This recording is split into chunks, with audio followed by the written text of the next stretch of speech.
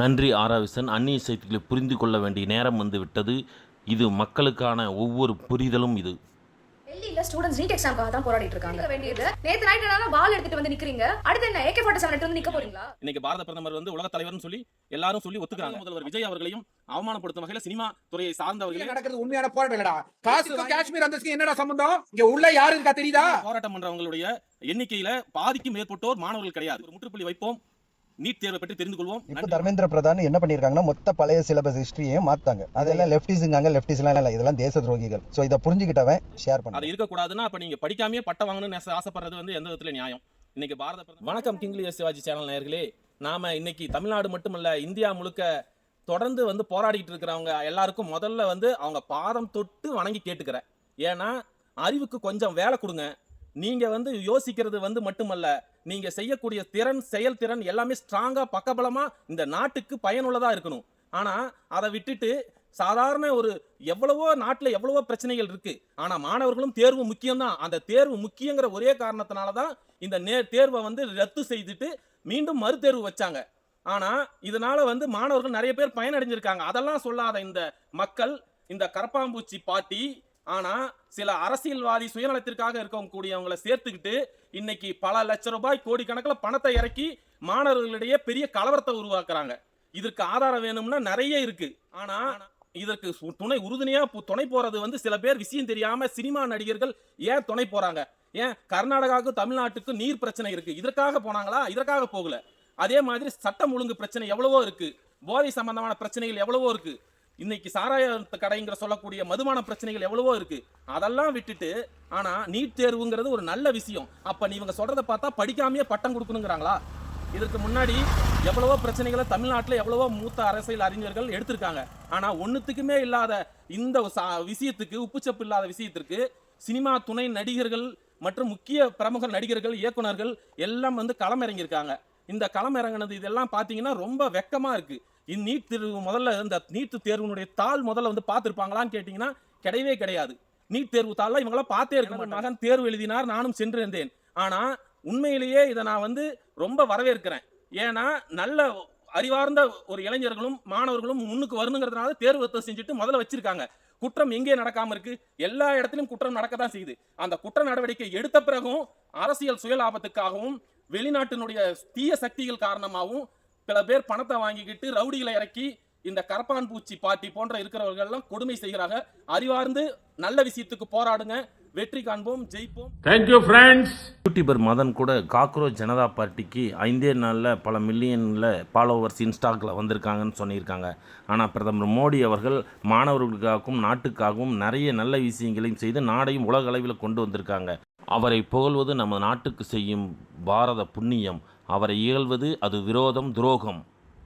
Thanks to everybody. Thank you தோஸ்தோ. தர்மேந்திர பிரதான் மட்டும் தான் கேட்டுட்டு இருக்காங்க. ஏன் அது யாருக்குமே தெரியாது. ஆனா அதுக்குள்ள இருக்கிற பாலிடிக்ஸ் அது என்னன்னு இப்ப உங்களுக்கு நான் சொல்றேன். இப்ப தர்மேந்திர பிரதான் என்ன பண்ணிருக்காங்கன்னா மொத்த பழைய சிலபஸ் ஹிஸ்டரியும் மாத்தாங்க. அதுல எதெல்லாம் சேர்க்கறாங்கன்னா இந்தியால நடந்த இந்திரா காந்தி பீரியட்ல நடந்த எமர்ஜென்சி, முகல் ஆக்சுவலா அவன் என்ன பண்ணா, முகல்ஸ் இந்தியாவை சூறையாடினது, இங்க கோயில இடிச்சது, இங்க எவ்வளவு வக்ரமா அவன் நடந்துக்கிட்டானோ அது எல்லாத்தையுமே சேர்த்திருக்காங்க. சிந்தூர் ஆபரேஷன் பாகிஸ்தான்ல இப்ப நடந்த போர், அதை பத்தி அந்த சிலபஸையும் சேர்த்திருக்காங்க. ஒரிஜினலா நம்மளோட ராஜா சத்ரபதி சிவாஜி, சோழா, மோரியா, குப்தா எல்லாத்தையுமே சேர்க்காங்க. சோ இவங்களோட பாஸ்ட் அந்த காந்தி சக்கரத்தை சுட்டதுனாலதான் சுதந்திரம் கிடைச்சிச்சு அப்படின்ட்டு ஒரு நெரேட்டிவ் செட் பண்ணி வச்சிருக்காங்க. அது இல்ல, ஒரிஜினலா இந்தியாவுக்காக யார் யார் போராடினாங்க மொத்த ஒவ்வொருத்தரையோட ஹிஸ்டரியும் அதுல சேர்த்திருக்காங்க. மொத்த சிலபஸையும் மாத்தினதுதான் இந்த மாதிரி காக்ரோச்சுகளுக்கு பெரிய பிரச்சனை. இதெல்லாம் லெப்டிஸ்ட்ங்காங்க, லெப்டிஸ்ட்லாம் இல்ல, இதெல்லாம் தேச துரோகிகள். சோ இதை புரிஞ்சுக்கிட்டவன் ஷேர். நம்ம நாட்டை பல ஆங்கில இருந்து காப்பாத்திக்கிட்டே வராங்க. இப்போ ஒரு தொல்லையிலிருந்து நம்ம காப்பாற்ற வேண்டிய நேரம் வந்துருச்சு. எனக்கு ஹீரோக்க வேண்டான்னு அவரே சொல்றாரு. அதான் கொடுமை. என்ன தெரியுமா உங்களுக்கு?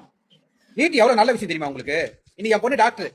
அந்த நீட் இல்லைன்னா நான் என்னால காலேஜ் வாசல் கூட போயிருக்க முடியாது. தெரியுமா உங்களுக்கு? நீட் வேணாம் போராட்டம் பண்ண யாருக்காக நீங்களா கூஜா தூக்குறீங்க? காலேஜ் வச்சிருக்கான அவனுக்காக தூக்குறீங்களா? இல்ல யாராச்சும் உங்களை உசு பேத்து கூறானுங்களா? யாருக்காச்சும் நீங்க போராடுறீங்க? டேய், நீட்னா என்ன தெரியுமாடா உங்களுக்கு? முதல்ல இன்னைக்கு இளநீர் விக்கிறோட பொண்ணு டாக்டர் படிக்கிறான். செருப்பு தச்சரோட புள்ள டாக்டர் படிக்கிறான்.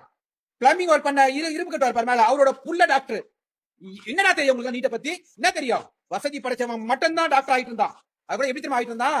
காலேஜ் போறானோ போலியோ பணம் குத்தா பாஸ் ஆயிடலாம். அவனுக்கு டாக்டரை பத்தி தெரியுமோ தெரியாதோ, ஆபரேஷன் எப்படி பண்ணணும் தெரியுமோ தெரியாதோ, ஆனா டாக்டர் ஆயிடுவான். பணம், எல்லாம் பணம் பணம் பணம்.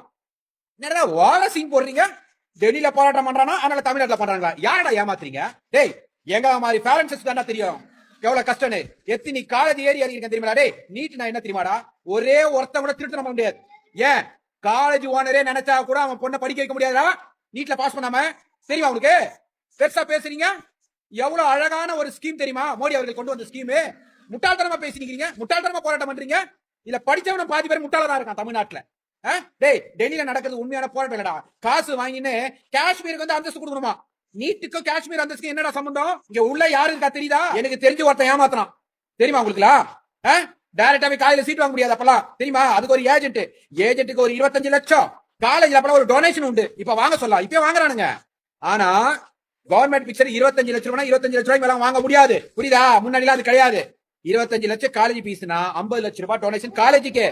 அது இல்லாம இந்த லோக்கல் இருக்க மாதிரி ஏஜென்ட் அவனுக்கு ஒரு அமௌண்ட் 20 லட்சம் 30 லட்சம். இப்படி தானே நாரிங்க வந்தது. எம்பிபி சீட்டு பேச வேண்டாங்க பெருசா. யார சந்தோஷப்பட்ட எந்த காலேஜ் ஓனர் எல்லாம் சந்தோஷப்பட்டு நீங்க காசு வாங்கி கூலிக்கு மாறிடுறீங்க எனக்கு தெரியல. உண்மையால என்ன மாதிரி பேரண்ட்ஸ் கல்றா நீட் என்னன்னு சொல்லுவோம். ராகுல் காந்திஜி கிட்ட ஒரு கேள்வி கேட்டால் ஒரு வாத்தியார் வந்து ஏன் சூரியன் வந்து நைட்டில் தெரிய மாட்டேங்குது தெரியுமானா, சார் பகலில் கூட தான் நிலா தெரியல, நான் உங்ககிட்ட என்னைக்காவது கேட்டனான்னு கேட்குற மாதிரி மலிப்பிக்கிட்டே இருக்கிறார். அதுதான் ராகுல். ஸ்டூடெண்ட்ஸ் நீட் எக்ஸாம்காக தான் போராடிட்டு இருக்காங்க. எது சார் போராட்டம்? இதுதான் உங்க போராட்டமா? பேசாம நின்னுட்டு இருக்கிற போலீஸ் மேல பெப்பர் ஸ்ப்ரே அடிக்கிறதா உங்க போராட்டமா? அங்க ஒரு RAF யூனிஃபார்ம் போட்ட ஆபீசர் நின்னுட்டு இருக்காங்க. அவங்க பாட்டு பேசாம தான் நின்னுட்டு இருக்காங்க. அவங்கள எதுக்கு அட்டாக் பண்ணனும்? யாரு ஃபர்ஸ்ட் அட்டாக் பண்ணது? ஸ்டூடெண்ட்ஸா இல்ல போலீஸா? இது போக நேத்து நைட் ஒரு RAF ஆபீசரை 100 பேர் சேர்ந்து அடிச்சிருக்காங்க. அடிக்கிறதுல மிதிச்சிருக்காங்க. அவர் பொசிஷன் என்ன?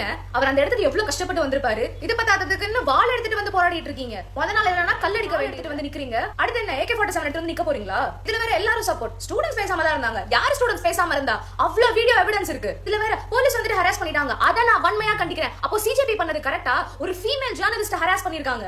பொண்ணுங்க மேல யார் கை வச்சாலும் தப்பு. அது போலீஸ் வச்சாலும் தப்பு, நீ வச்சாலும் தப்பு. ப்ரொடெஸ்டிங்கிற பேர்ல இந்தியாவோட கேபிட்டல் நியூ டெல்லியை நாசமாக்கி வச்சிருக்காங்க. ரோட் சைட் பேமெண்ட்ல இருந்த செடியெல்லாம் எடுத்துட்டு வந்து உடைக்க வேண்டியது, இருக்கிற பேமெண்ட்ல இருந்து உடைச்சு கல் எடுத்து அடிக்க வேண்டியது. இதுதான் ப்ரொடெஸ்டா? ஆனா அவங்க ப்ரொடெஸ்ட்ல தூண்டி விட்டான் பாருங்க. அவன் ஜாலியா ஒரு மால்ல போய் பர்கர் சாப்பிட்டு இருக்கான். போராட்டத்துல அத்துமீறினா டியர் கேஸ் போட தான் செய்வாங்க. அது டெல்லியா இருந்தாலும் சரி, தமிழ்நாடுவா இருந்தாலும் சரி. அதுக்கு ஒருத்தர் சொல்றான், ஆர்மின்னு நீ எல்லாம் நாக்கழுகி போய் சாகணும். என்ன வார்த்தை பயன்படுத்துறீங்க இந்தியன் ஆர்மியை பத்தி? என்ன தெரியும் உனக்கு இந்தியன் ஆர்மியை பத்தி? It is a big request. South கொரியால 18 வயசு ஆகும்போது சுவாமி விவேகானந்தர் சொன்ன ஜென்டில் உமன் இவங்க தான். போராட்டங்கள் வரலாறுல என்னன்னா, இது யார் யாரெல்லாம் கூட்டணி சேர்ந்திருக்காங்கன்னு பார்த்தீங்கன்னாவே தெரிஞ்சுக்கலாம். இந்த நாட்டுக்கு தேவையற்றவர்கள் தான் இருக்கிறாங்க. தமிழகத்தில் விஜய் அவர்கள் என்ன செய்து கொண்டிருக்கிறார்ன்றே தெரியவில்லை. அவர்களுக்கே எதிராக நிறைய திரும்பி இருக்கிறாங்க. அதுலேயும் ஒருத்தர் அமைச்சர் கூகுள் நிறுவனமே இல்லை அப்படின்னு சொல்லியிருக்கார். சுந்தர் பிச்சை முக்கியமானவர் தான், ஆனால் அவர் இல்லைன்னா கூகுள் இல்லைன்னு இல்லை. முதல்ல நம்ம நாட்டை தெரிஞ்சுக்கிங்க. டெல்லி ஆளுநர் உத்தரவு போட்டிருக்காங்க பல பேரை கைது பண்ணுறதுக்கு.